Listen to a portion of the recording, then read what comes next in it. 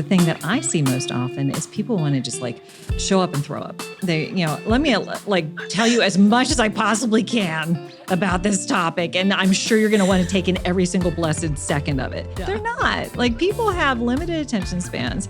They have limited capacity to take in any information. And so you really need to do them a favor and cull it down to what is really critical and important for them to learn.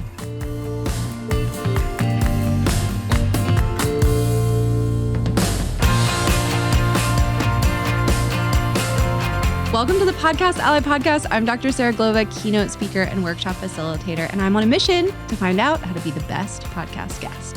So I'm talking with hosts, people who have been guests on hundreds of podcasts, and podcast network executives to find out the good and the bad, what works and what doesn't, how I can build my brand through podcast guesting.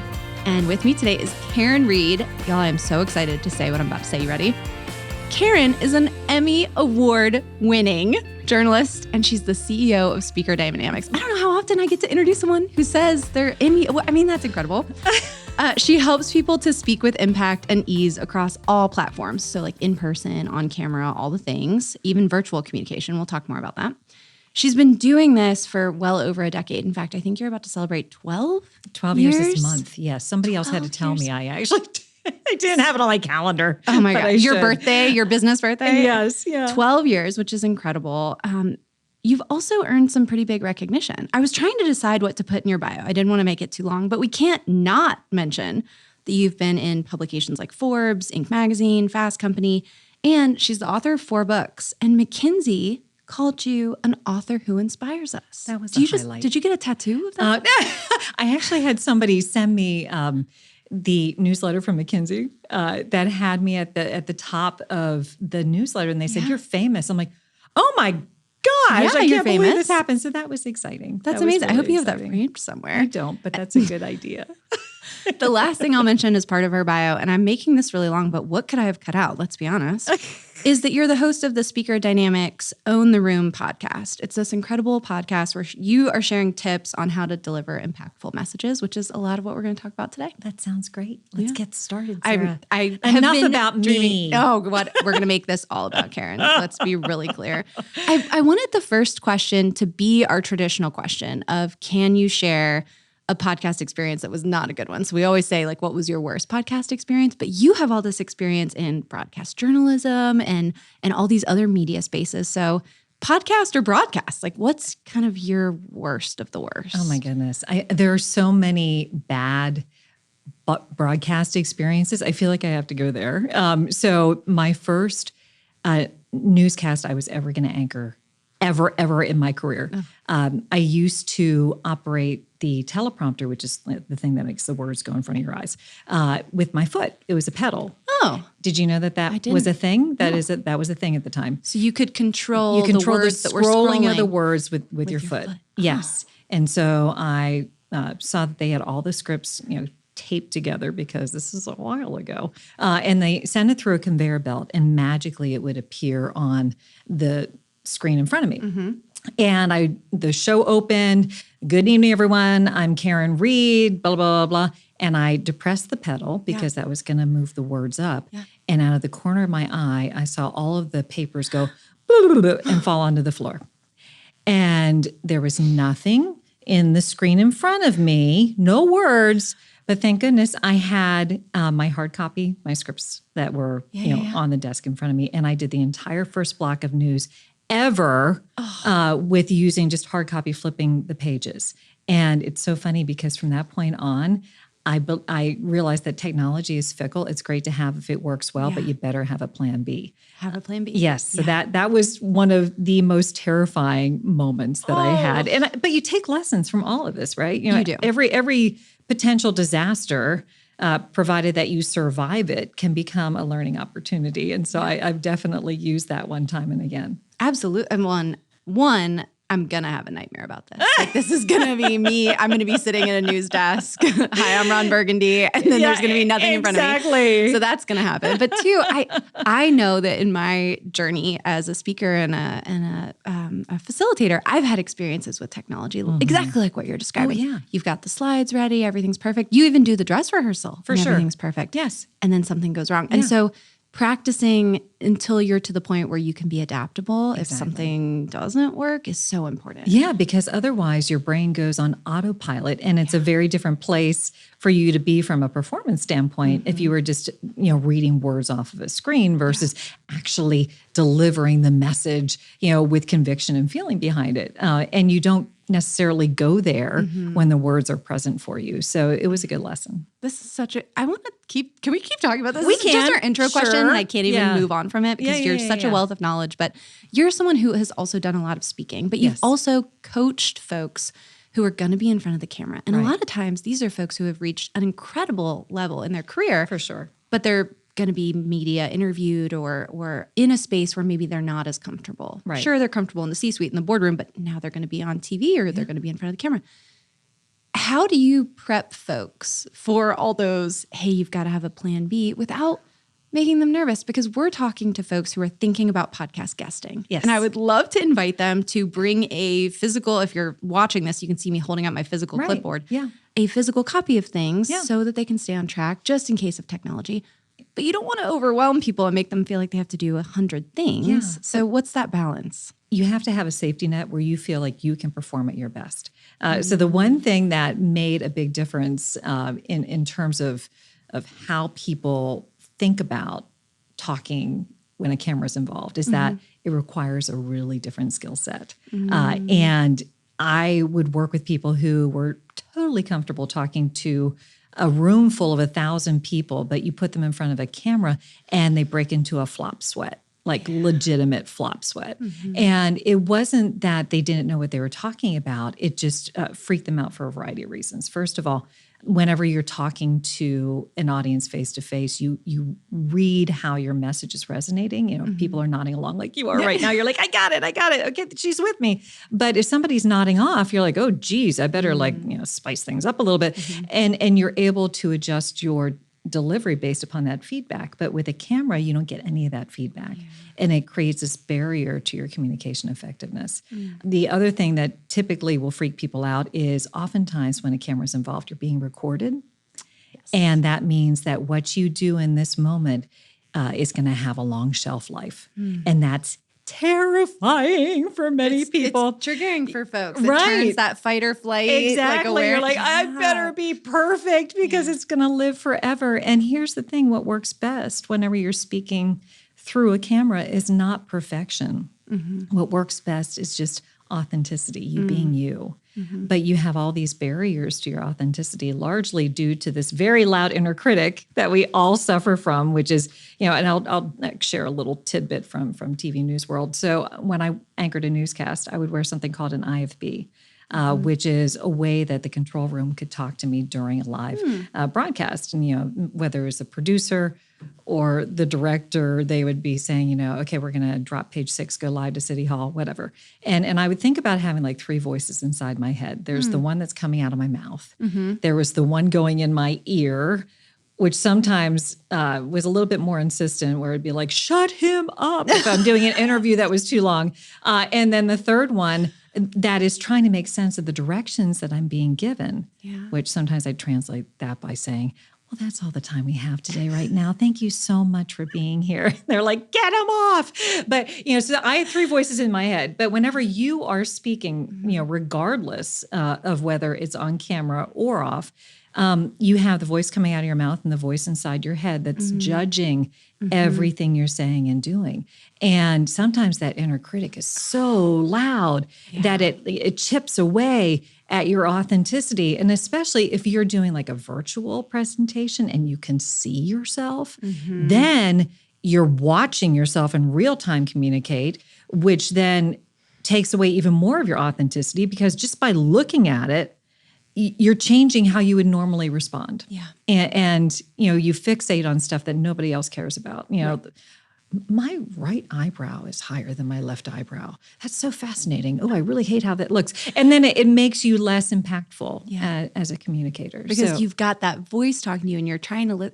This makes so much sense to me. And it reminds me, this is going to be a funny metaphor to use because I don't want to assume, but Do you have any experience playing football? I do. Like not like major football, I'm but so like football. glad I didn't assume. Oh, I'm from Pittsburgh. I mean, you think I didn't grow up playing football in the backyard with my friends? Oh my goodness. Well, unlike you, amazing Karin Reed, I have not done every literal thing on this planet. And so I have never really played football. I'm from a big football family, so a lot of folks like football, but I haven't played football. Okay. But I remember once seeing an interview with a football player who said that the transition from college to pro was really hard, but that he knew he was getting used to it because it felt like things were slowing down. Oh, interesting. And it felt like he could finally take the important information in versus like everything. And that really stuck with me because in my experience, the more I practice and the more experience I get, the more an event or a podcast or a speaking engagement slows down. Yeah.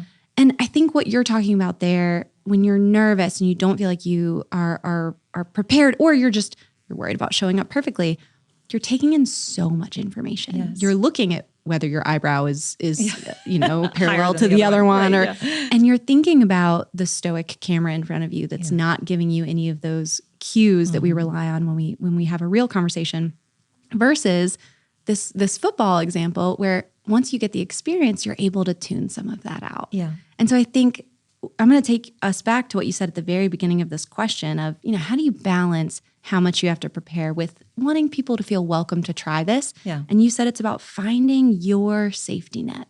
So what is your, and I just love how you personalized that, because a safety net for me might not be the safety net that somebody else needs. Absolutely. It's true. about experimenting a little bit and figuring out what are the things that I need as far as preparation and tools that make me feel like I have a safety net so that I can take in the important information and kind of try to tune everything else out so that I'm not paying attention to my eyebrows when I'm meant to be engaging with the audience. Right. I mean, it could be, what I do, which is I always have a hard copy of my, like if I'm doing like a virtual workshop, I'll have a hard copy of my slide sequence just so I know where I am in the workshop flow. I keep it on hard copy because I don't want to be managing another screen. I've got enough technology that I have to be able to, navigate. I don't need to add that on top of it. It can be a matter of using bullets just so that you don't miss any of the key takeaways. Sometimes people want to have a full script. That's where their comfort level is. But if you're using a full script, you should be marking that script up so that, for example, I always tell people underline the key meaning words, because you're going to want to emphasize those whenever you hit them. And oftentimes we emphasize them by like raising our pitch, or maybe we'll elongate the words to draw them out. There's so much to this. I mean, this is be another podcast. No, I love this. But, I think it is important that when people are thinking about how can I be a great podcast guest is to not get so wrapped up in the performance aspect of it and focus on the message they're trying to deliver. I always counsel my clients anytime they're doing training, if you put the emphasis on your audience's comprehension of your message and think of yourself as an educator rather than an entertainer, your level of performance is automatically going to go up because you'll deliver in a way that people will be able to digest your information easier and have something of value that they go home with. That's really beautiful because we've hit on this theme before on Podcast Ally, this idea of it's not just about your message, but what about your message does the audience need to hear and how can we deliver it in a way that they understand it? But what you're sharing, kind of the reframing we're hearing is when you think about being in service to your audience that way, it's going to take the pressure off of you a little bit because then you're not the performer anymore that's trying to, crack the audience with a laugh. You're the educator. You're there to serve. And I really like that. And I think that takes the pressure off the camera a little bit too, being on you because it changes why you're there. Yeah. Absolutely. And honestly, I think the less you think about the cameras, the better off you are. I think we have them on right now. I have paid very little attention to them. So if I'm supposed to be looking somewhere, Sarah, I am not doing a good job. But I feel like this is just like the portal to your people. These cameras are the portals to your people. And I like to think about it as, projecting your energy through them if you are delivering through the camera. Like if you are using that as your mechanism to reach your audience. In this circumstance, hopefully how people feel is like we're just having a cool conversation they get to sit in. Right. And maybe I might, acknowledge that y'all are out there.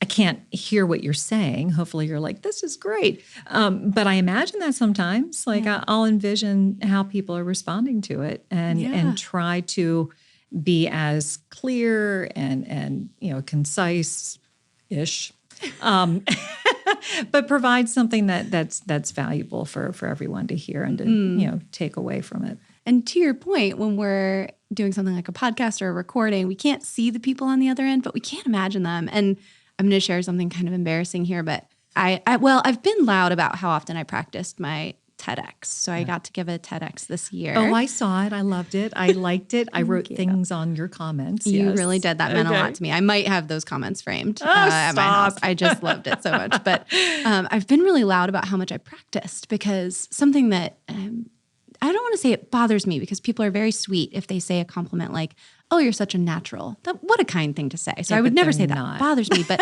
I just want to tell people so emphatically, like, I am so not a like that. What you're seeing, there is hours of practice. And you've talked about this on your podcast. I think your rule of thumb is for every minute that you're expected to speak, it's an hour of practice. Yes. And that's typical for me. Although with the TEDx, I mean, I blew that out of the water. I practiced that thing. And so what I just remembered from what you were saying, this idea that you can't necessarily see the audience. When I was practicing, I wanted to keep remembering the audience. And so one of the things I did is I set up a lot of my kids' stuffed animals in my son's room. And I made myself like a little stuffed animal audience. Yeah. And they weren't exactly giving me expressions. I was going to say, they weren't like the ugly doll animals or anything like that, because that'd be terrible. Super cute. You're like, wait, they hate it. Oh, friendly, like Pokemon. They were all smiling at me. They loved my talk, actually. I'm sure. They weren't giving me any emotions back, but having these little faces to look at, it was nice. And it was good practice for that specific talk. And so I like what you're saying here is when we see that camera, can we envision our audience a little bit? And that's such a cool idea. Absolutely. Visualizing your viewer is a key thing to do, because what happens oftentimes is the camera will flatten your affect. It'll suck out half of your personality, because when we talk to people face to face, like, this is glorious that I can see you today. Like, I will mimic some of your facial expressions, some of your body language, because that's how we interact as human beings. But your camera does not do that. And so sometimes our facial expressions are muted. Our body language becomes stiff. So if you visualize your viewer, then you're going to think about the facial expressions that that viewer might be having. And you'll actually respond in a natural, organic fashion that you would if you were face-to-face. So think about, like, if you're talking to a close family member or friend on the phone, you're probably not sitting there talking like this. You're probably being animated the way you would if you would talk to them face-to-face, because you're thinking about the person on the other side. So it really makes a big difference to get in that proper mental mindset. I talk about this a ton in the book On Camera Coach, which was written well before Zoom was a verb, and talk a little bit about it in both Suddenly Virtual and Suddenly Hybrid. But it's really a key component, and it's a mental gymnastics exercise that sometimes people can't do. So what I have seen people do is they'll take like a picture of a family member or friend and put it beside their webcam. Yeah. Just as a reminder, hey, there's a person I'm talking to. You just can't see them that well. And then it adds that human element to the camera that, to your point, when it's kind of flat and we don't have that. What an amazing piece of advice. I'm not surprised. You mentioned earlier when you work with your clients. And so, we have the books here. If you're watching us on camera, I can literally Vanna White gesture them because they're right behind me.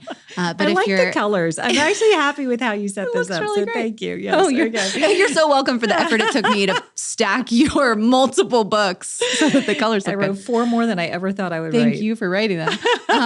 So we've got Suddenly Virtual, Suddenly Hybrid, and then of course On Camera Coach, which, as you mentioned, you were ahead of the curve with all of these, really, because it was available to me when the pandemic started and we needed a lot of this information. But the mention that you just had of your clients, you also work with these clients. And I was listening to your podcast and you had on one of your amazing clients. It was Jen Chase. She's the CMO over at SAS. So she's a high-level executive. When I was listening to y'all talk, it was like 2 friends having coffee. She is a friend. I heard you mention in the episode that she's a friend, so it was very authentic. But she mentioned what we're talking about here, preparation, and how she feels like to succeed in her work as a high-level executive and also in any of the media opportunities she has, to her, preparation is like a shield against imposter syndrome. And that was one of the things that she brought up, and other things. But then she also talked about authenticity. So it's what we're talking about here. It's that balance of you want to be prepared and you want to practice, but you still have to show up as yourself. And so we've talked a little bit about some of the things we can do to prepare, having this plan B, practicing, trying to keep the human element of your audience in mind, whether it's with a picture by your camera or when you're practicing, practice to a Pokemon stuffy. I'll take that one. I'll trademark that one. But what are some things that we can do less on the preparation side and more on the authenticity side? How can we both prepare but also show up authentically? What does that look like? Well, I think you need to know what you're talking about. If you're trying to be an expert on a subject that you are not, that will be readily apparent. And also, that's when you will notice that people will be super scripted because they are afraid of being revealed as not knowing what they're talking about. So, so you have to be master of your content in order to be authentic. So that is a key part. But I'm going to share this little anecdote that I experienced. It was, and I used to host these, all this live coverage for a big corporate client. And I would have like this revolving seat of people who would be coming on and being interviewed by me. It was like 8 hours of basically doing like a corporate newscast. Oh, and Lord. it was a lot. No, but it was super fun. It really was. But, and my brain is very much wired towards, okay, I'm dating myself, but TiVo, how you like have it right here. And then as soon as you're done with it, like you ship it out and you move it like another thing in. That's how my brain works. So I was interviewing this person who was a professor, and she was being honored for her contributions to the field. We were having this great conversation, 5 minutes before we go live, and conversation like we're having right now. And as soon as the red light went on, it's called a tally light, which is on the top of the camera, she stiffened up and she went into presenter mode, serious mode, like projecting her voice and doing these big gestures. We were literally like, and I'm like, what? Like just happened to you? Yeah. It was so strange. But she felt like she needed to be bigger than she needed to be. She felt like she needed to, develop a certain gravitas, and it did not look good on camera. This is really important because a minute ago you were talking about how only half of our energy shows up. Yes. And I've heard other speakers say this and say whatever gesture you make, it needs to be twice as big as you think it needs to be on stage. Good Lord, don't do that on camera. No, okay. So I think this is where folks who say, I'm too intimidated to get in front of the camera, I'm too intimidated to be on a podcast, this is what they're talking about. There's a lot to think about. And so we're going to simplify it real quick. What you were saying when we were talking about being on camera and that it kind of mutes half of you is this idea that, you want to show up authentically. And so don't be afraid that if you're smiling or anything like that, that it's going to be too big, because the camera's even going to mute it a little bit. Exactly. But what we're not saying is because of that, double yourself and make yourself bigger. And I think I want to double click on this. We're talking about authenticity. Yes. It's not that this woman who was on your show was too much. She was bringing something that it sounds like wasn't really a part of her. Well, it was a part of her, but it was inappropriate for the space that we were operating in. So this is actually a huge thing. When you are on a podcast, when you're in really any sort of interview situation, you're having a pretty close conversation. We're like, 5 feet away from each other. That is a very different conversation that you're having with your audience than the one you would have if you were up on stage and trying to project to the back of the room. That's when, you got to reach people at the back of the room. But this, like, if I would go into that mode here, Sarah, I am so delighted to be here. Like that just looks super inappropriate. Wrong space. Fake. Yeah. And it's going to rub your audience wrong. So actually when you're in this sort of environment, a podcast environment, you just want it to be a conversation. You want to be aware of that closeness of the conversation, respect the intimacy of it, and understand the boundaries of it. And I think we know this as people. We know that there is a way that we talk to our friends at the coffee shop, and that's different than when we're introducing a topic in a meeting at work. Like we know this. And so for the folks who hear this and they're like, okay, but which personality do I bring? Think about the space that you're in. It's your same personality. It's just like, how far do you need to project it? And on stage, maybe project it further. More, right. Yeah. If you're too small, then you're only going to be impacting the people in maybe the first couple of rows. But, for your TED Talk, you had to project to the back of the room. And so, right. But what I still always impress upon people is, make sure that you are focusing on the message, because if you're focusing on the message and your audience's comprehension of it, everything else falls in place. We're back to that idea. Focus on the message, not on the performance. And I feel like I keep pulling you a little bit to performance, and maybe it's because I admire so much. Whenever I hear you speak, you just do such a great job.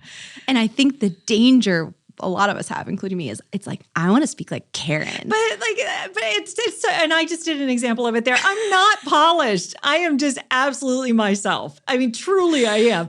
And because I don't know another way to be. Right. And so I think that's the message. It's like, I'm never going to speak exactly like Karin because I'm not an Emmy-winning broadcaster, and that is okay. I'm going to speak like Sarah. And so it's not about learning to speak like Karin. It's taking the skills that I have and then honing them toward the message, not the performance. Yes. And so I'm asking you some performance tips here, and they were helpful. But I like this focus on the message, and it comes across in your podcast too. I loved what was the idea that Lisa Earl McLeod shared about the money message versus the meaning message, I think it was. And it was this idea that if you're so focused on your message that you kind of miss the meaning behind it, the why of why you're doing it in the first place. And a lot of what she talks about is that noble purpose.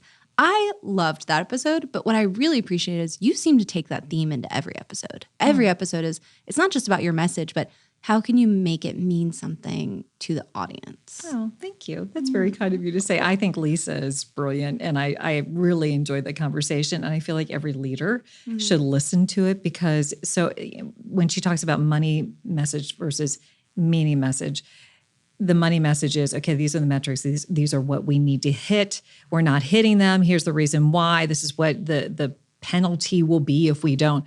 If you talk to your people in that way, it's going to feel really transactional, and you will also receive a transactional attitude back at you from your employees. Whereas if you elevate their sense of purpose by talking about the why behind what they do, then you're going to actually have your metrics made just by virtue of them feeling like they are connected to the business and connected to its mission.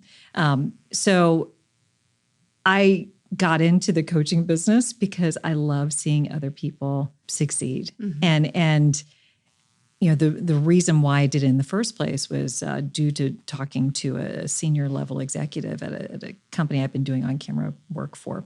And she said, Karin, I'm doing these videos. I'm really bad at them. Can you help me? And I'm like, I don't know. Let me see if I can figure this out. And I created this curriculum called the MVPs of On-Camera Success to try to help her figure out how to be better on camera. And the reason why I felt I needed to do this is this person was a double PhD, brilliant woman. She had gotten to the top of the corporate ladder, and she was made to feel less than because she wasn't good on camera. Like, what is that? I can at least help you with this thing. Yeah. You can't help me to become a double PhD. And I loved being able to give her some confidence that she could get that brilliance that was bottled up in her brain out into the world, which incidentally makes it a better world for all of us. So it's selfish as well. I want people to be able to communicate all of their great stuff that they have in their heads so that we can all have a richer experience. And that's such a gratifying place to be. So I love what I do. TV news is fun, but this is really my heart job. I can see how excited you are when you talk about it. And then selfishly, I love it because you're helping experts to translate what they have so that other people can actionize on it, which, like you said, makes the world a better place. So thanks for saving the world, Karin. We really appreciate it. But I mean that genuinely, because there are a lot of folks who don't understand what you said earlier, which is this idea that it really is a different skill set. And so when we get folks who come in and don't think they can be on a podcast or don't think that they can be a speaker, and they almost talk about it like it's a trait that people are born with. And I know we talked about this a second ago with this idea of, oh, you're a natural, or oh, I'm just not a speaker, as if it's like I'm not tall or something. And it's something that you can practice. It is entirely something that you can practice and get better at. Yeah, and I hope I get this right, but it's the former head of TED I believe his name is Chris Anderson. He said something, I'm going to paraphrase because I'm not going to get it perfect, but he said, the only real job you have as a speaker is to have a valuable message to say and to say it in your own authentic way. That's it. Yeah. Like it's not like you need to be X, Y, Z and you need to have these credentials and have, whatever. It's just having something that's worth sharing and then having the confidence to deliver it in your own voice. And one thing I did want to impress upon people, you talk about how you like to practice ad nauseum. Like that is your safety net, that's right? my safety net, yeah. There are other people who find that to be exhausting to the point where they're not going to try it in the first place, but also it would chip away at their own authenticity because then they become robotic. So you also have to know, okay, where am I on that spectrum? Am I the person who needs to practice a gazillion times, or do I need to practice just enough so that I have a general gist of where I'm going? I'm probably more on this end. Like I need to have a little bit of danger in order to be my best. And here's why I say that. So when I did TV news, we used to make what were called resume tapes. That's how far back this goes, where you would take like your best stuff that you did. And if, somebody would call you about a job, you'd send off your resume tape for them to look at. I would never use the newscast where everything went perfectly. Interesting. Because you wanted to show that you could kind of manage the chaos. But it was also the fact that I was better from a performance standpoint because I was sharp.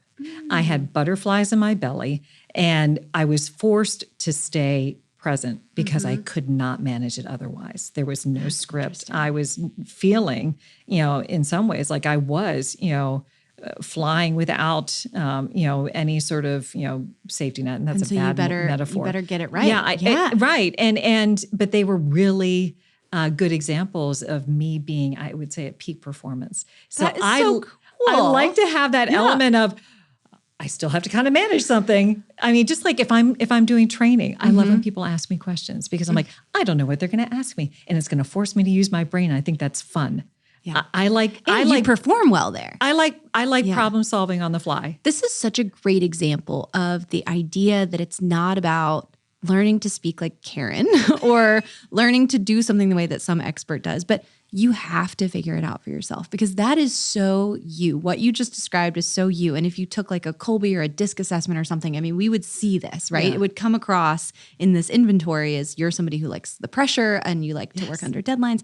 And we know people who do not operate well that way. Right. And so for them, this idea of, oh, well, I really thrive when I get asked audience questions and I don't know what they are. You could try that. And then you take someone who doesn't perform well under pressure and you throw that in the mix. They think it's like the worst thing ever. It's the worst thing. Yes. That's their nightmare. They're going to have the nightmare about that. Exactly. But I will tell you what the antidote is to that, in my opinion, is the willingness and the confidence to say, I don't know. That's having that in your back pocket as an ace in your back pocket. I learned that too late as a speaker. I think we have to give, especially women, I think, a break. Yes. Because you do get grilled. I mean, the first couple times I went to a tech conference, I really felt like it was like a pin the tail on the donkey kind of game of like, how can we prove that Sarah doesn't know what she's talking about a little bit with the questions? Yeah. And so, you want to cut women a break for feeling like they have to have all the answers. Yeah. But this validation on your parking ticket, like you don't have to have all the answers. And you can say, that's a great question. I don't know the answer to that one, but that would be interesting to look into. Yes. Who else has a question? Yeah. Two parallels to that. So the first one was this crusty co-anchor that I had years ago. He was notorious for asking really bizarro questions at the end of a live shot. He'd pull it out of left field. And we're like, why is he asking that? And people knew this about him. And so they would, the stock answer was, that's a great question. Let me get back to you at whatever time it was. Like that happened all the time. So, it happens and it's okay to say, I don't know. Don't make it up. Don't make up your answer. Don't. And the other one was, when I worked in TV news, I did a lot of work embedded with military. And I was often the only female in the room, in the squadron.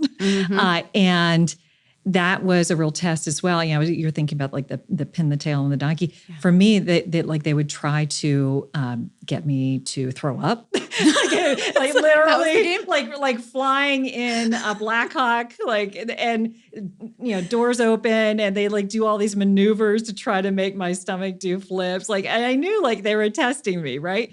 But I earned their respect over time. But I was also able to laugh at myself, and I did not throw up, just incidentally. If anybody's wondering, I did not throw up, and had some great experiences as a result. But you were willing to try it, and that's probably what got you the respect. Yes. And now I have that on my list of things that I'll never do. But again, just because it's for Karin doesn't mean it's for Sarah. That's a big theme of this podcast. I live by FOMO, Sarah. I mean, that's like, I will be like, yes. Yeah, like give me this opera. Yes, I'm going to do this. I mean, I felt like that about the books. I mean, did I need to write 3 books in 3 years? I'm sorry, I didn't. Just to be clear, you have 4 books. I have 4. But you wrote 3. The 3 wrote 3. That was 3 in 3 years. But it was one of those deals where they're like, "Hey, do you want to do this?" And I'm like, I have to say yes. I really don't want to, but I have to say yes. So I had that's part of like my brain of how it's wired. I am so dialed into this. I think it's a really important theme because again, people assume that when they see a speaker who's successful, that is like some kind of trait. And so maybe they either want to copy what that person does so that they can be successful, or they just count themselves out. Like, I'm not that person, so I can't do it. And it's not true. We are sitting here, 2 speakers who I think if somebody put us on a shelf and said, here's Karin and Sarah, they would maybe assume that we had some similarities. We both have a little bit of a background in communication. We've both done some speaking, but you have FOMO and I have JOMO, which is joy of missing out. The best thing you can do to me is cancel plans so that I can go home. That is the biggest gift you can give me.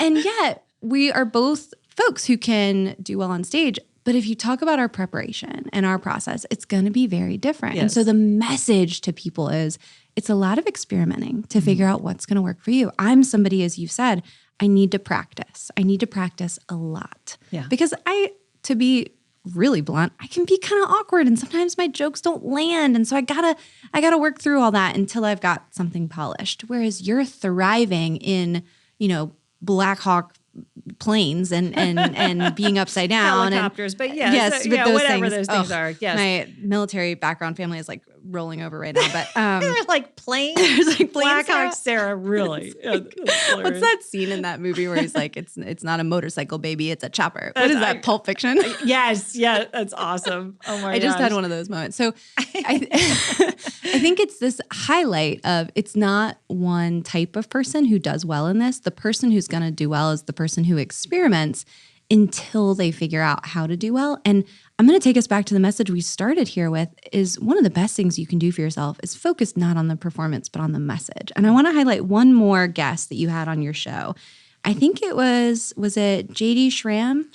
J.D. Schramm, who talked about the idea of not the message that you want to share, but the message that your audience needs to hear. Mm-hmm. Can you talk a little bit about what the difference is there? What does it mean to have a message that you want to share versus a message that you want other people to hear? I think this is applying for podcasts. This is applying for any sort of communication. Mm-hmm. You want to focus first on the audience that's receiving it. Because if you don't go through that step of analyzing your audience, whatever you say is not going to land nearly as well than if you had actually taken the time to think, okay, who are they? Mm-hmm. What are their potential blind spots? What are the things that they need to know that might be barriers to their understanding if they don't? Mm-hmm. And what do I ultimately want them to learn? What do I want them to get out of it? Mm-hmm. And that is going to help you to shape your content to the point where you know what to include and what also not to include. Mm-hmm. Because the thing that I see most often is people want to just like show up and throw up.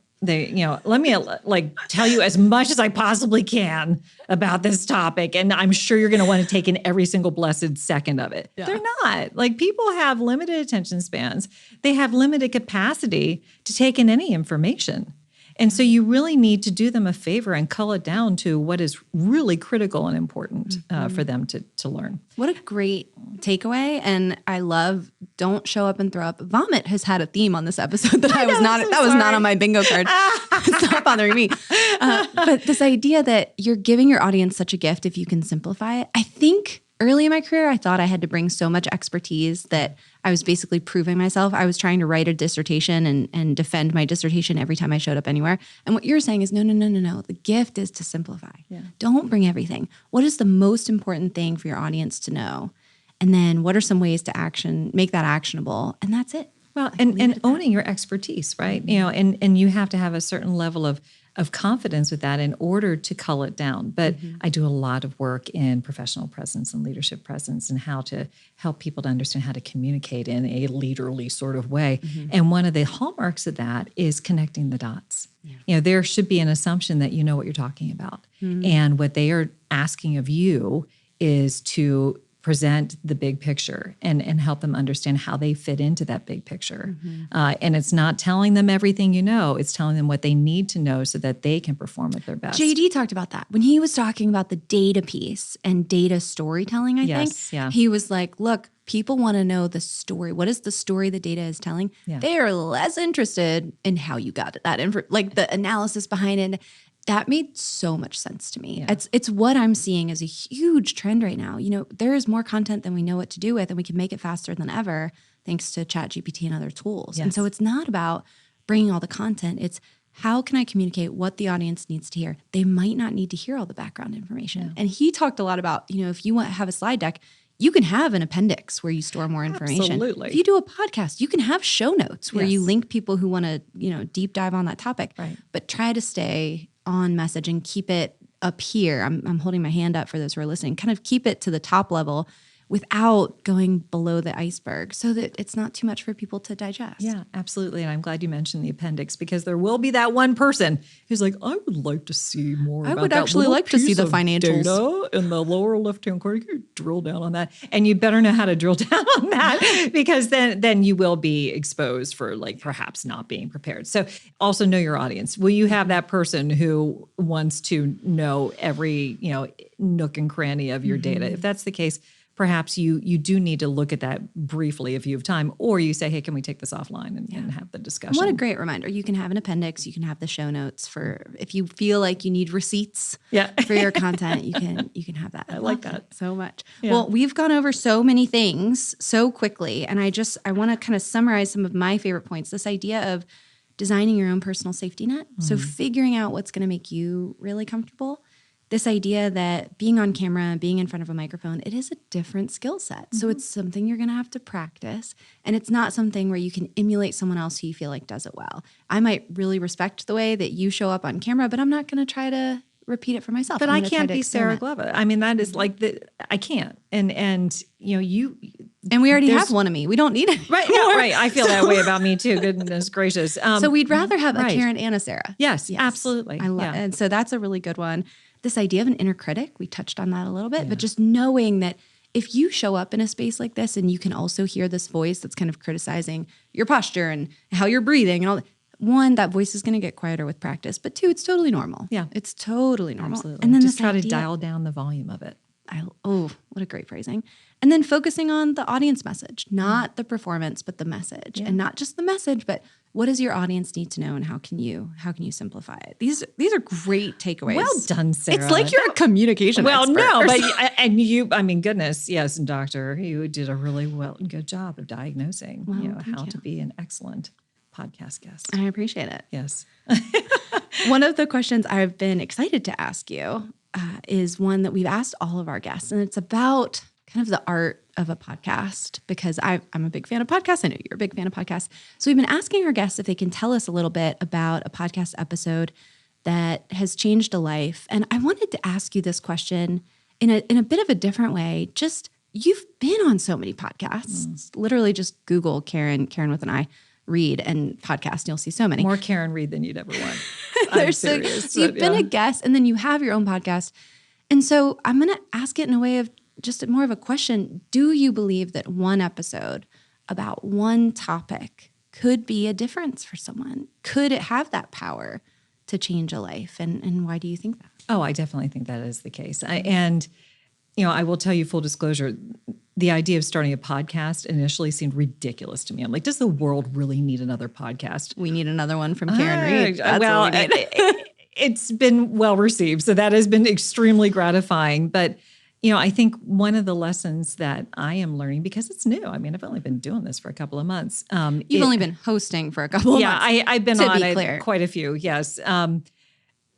Because I just like having conversations. It's fun. And honestly, through being a guest, that really inspired me to want to do my own so that I could have more conversations like that, because I love learning new things. Oh my gosh.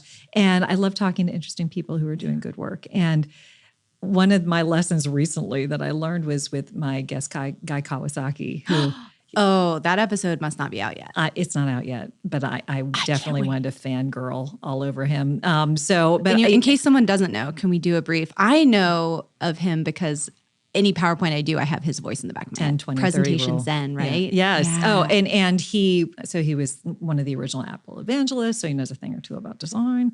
And he has written 16 books. So his most recent is Think Remarkable. And it's like this compilation of all these amazing people he talked to, which was like Jane Goodall wrote his intro. I mean, it's like ridiculous stuff. I'm like, you want to come on my podcast? Like, really? You want to come on my podcast? That seems silly, but I am very appreciative. We had a great conversation, which was very wide ranging. But I make this promise to my podcast listeners. Okay, 30 minutes or less. Yes. Okay, so we get to the 30 minutes, and I said, Guy, this has been a really great conversation, but I tell my listeners, like, I promise them 30 minutes. And he goes, why? Why do you want to keep it to 30 minutes? Maybe a conversation is worth 17 minutes. Maybe it's worth 45. Don't you think you should base it upon the value of the conversation and not just like some arbitrary number? I'm like, yeah, I guess you're right. So we ended up going way long.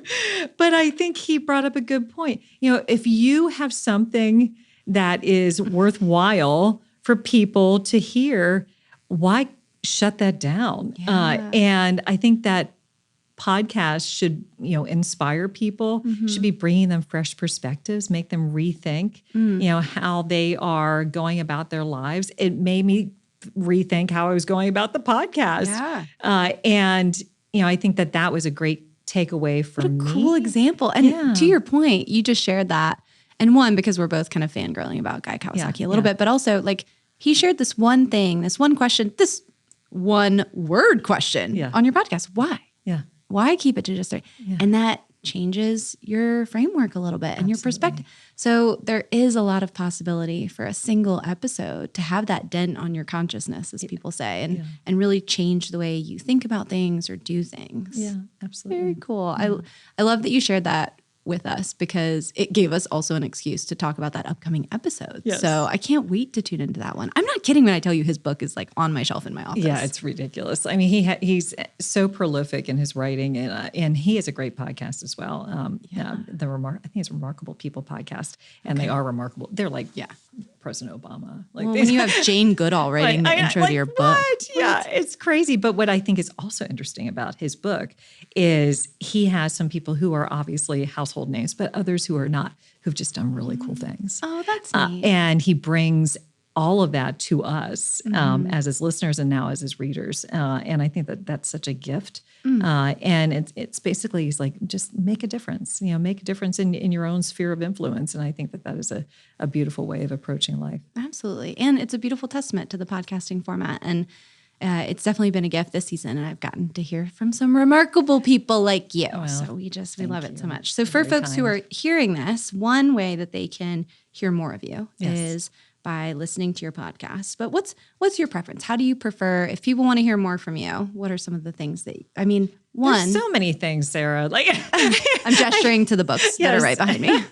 So pick up one of the books, just On Camera Coach is like the OG book, it was written in 2017, and it's really just focusing on helping business professionals be better communicators through a camera lens, which at the time was focused more on like executive leaders who are delivering messages in the big studio, and then became like everyone, all of us in 2020. Yeah. So that became really important. Suddenly virtual, suddenly hybrid, and running effective meetings for dummies. Those 3 were written with Dr. Joseph Allen, who is one of the world's leading meeting scientists, which is a thing. Of course. But he's the director of the Center for Meeting We need Effectiveness. someone studying when the meeting should have been an email. Oh, for sure. Yeah. And he has lots of thoughts on that. So we ended up writing these books together because we had that collision of expertise when video became core to so many gatherings that we were having. But it has a lot of really practical advice. time I'm doing any sort of training with anybody, I like it to be very strategic. Yeah, there's theory, but you need to have some actions that you can take immediately to change your world for the better. We talk about this a lot when you're giving a talk. Yeah. There should be new ideas, but also things you can do on Tuesday at 11. Absolutely. How do you implement it? Right away. Yep. And so that's really kind of the hallmark of any sort of work that I do with any clients. So, that is, books are one way, podcasts the other way, Speaker Dynamics own the room. Can I say, I will do a little humble brag, but I was actually surprised by this. It's in the top 5% of podcasts worldwide. Okay, Karen, that's amazing, but it's not surprising. It was totally, I'm like, is it?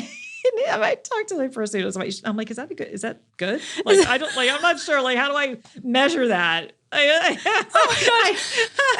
really So there's this know. really terrible old movie, and I shouldn't bring this up, but I'm going to anyway. There's this terrible old movie called Grandma's Boy that's about people who develop video games, and it's like the kind of people who are on Anchorman, and it's ridiculous. And they are making video games. They have a lot of video games in their office, and one of the things they have is Dance Dance Revolution. I love and that. And they bring it in, Yes. and the guy is doing the DDR machine, and he hustles everyone. He's like, "What is this? How do we turn it on?" And then he just smokes them. And so they all walk away mad. And he's like, what did I do? What's high score? Is that bad? Did I break it? And my husband and I have watched this movie an embarrassing number of times. And whenever we do something like that, it's like, is that good? Is that good? Is the top 5% of is that good? Did I break it? Is it? Okay, so I need to go and watch that movie. That's awesome. No, but I truly did not know. But anyway, so that's another way. If people just want to talk to me about how they can engage, I do training in multiple ways. One-on-one coaching, do lots of group workshops, then customize the training based upon their needs, and it's really any communication conundrum that they might encounter. So the main buckets are powerful presentations, meeting optimization, and executive presence. Those are the big three. Yeah. And then if you are just wanting to do things on your own, there's a self-paced learning platform that we have called Speaker Dynamics University. How do you have all of the? So what's so cool is we're both local to the Raleigh area. Yeah. And as you mentioned, you've got your 12-year business anniversary coming up. Yeah. So I've seen you over the years debuting all these amazing things. But as you're listing it out, excuse my French, but holy shit, Karen. How do you do this? Because people are like, hey, what do you think about this idea? And they're like, yes, because it's your FOMO. It is my FOMO. It is an issue that they'd be like, Karen, I think you should start an energy drink company. I'd be like, yes, I have no experience in that area, but I think I should because you're telling me that that's an opportunity. If you could figure out how to bottle your FOMO energy, I think that's a great idea. Just or add it it'll to be your the list. Death of me. Those are the two paths it could take. But actually, Speaker Dynamics University has been a great asset, and honestly, it happened because when the pandemic hit, it went from can you train the leadership team to can you train the entire enterprise? Everyone. Yeah. And they're like, can you train 8,000 people? I'm like, that's a lot of workshops. So I'm one person. I'm y'all. like, how can I scale this? So, you add some headcount, but you also have to have some sort of digital component to make it accessible to for the other world. thought leaders who are listening, I think it's also just cool to know that you can go to Karen's website and kind of see how she's done it, how she's turned her thought leadership into so many different service lines and products. And it's very cool. Very cool to see, friend. Thank you. Thank Yeah, you. absolutely. I appreciate it. Well, we appreciate you, and we have just so enjoyed having you on the podcast. So thank you. Thank you so much for showing up. Sarah, thank you for asking me. I actually have thoroughly enjoyed this conversation. I'm glad that you summarized the takeaways because I'm like, what did I just tell her? I promise we did more than have fun. There are plenty of good takeaways. And it was such a treat because y'all, I can't believe I'm saying this, but this is the end of our season. You're the last episode in our season. And We're mic dropping here. We're mic dropping here. And I actually wrote a little thank you note because to our listeners, we can't believe that we've gotten through a 12 episode season and we've had so many amazing guests. And we just want to say, if you've enjoyed this, we hope you'll let us know. Please tell us. You can find us on social media at Podcast Ally, or you can visit the website, podcastally.com. But more than that, we just want to thank you sincerely for listening and for watching this podcast for those who are on YouTube. I'm Dr. Sarah Glova again, and I'd love to stay in touch as well. So please follow me on LinkedIn, or you can visit sarahglova.com. A huge shout out, can't shout this loud enough, to the Earfluence team, the podcast production team. They're behind this podcast and so many other amazing podcasts. And so if you like the way that things look and sound, it's all Earfluence. And thank you again for a great season. Remember, you've got everything you need If you want to start being a great podcast guest, you are ready. I hope these episodes have been helpful, but the biggest message we've tried to share again and again is just start, just get practicing. You've got this. So we hope you dive in. Thanks, y'all.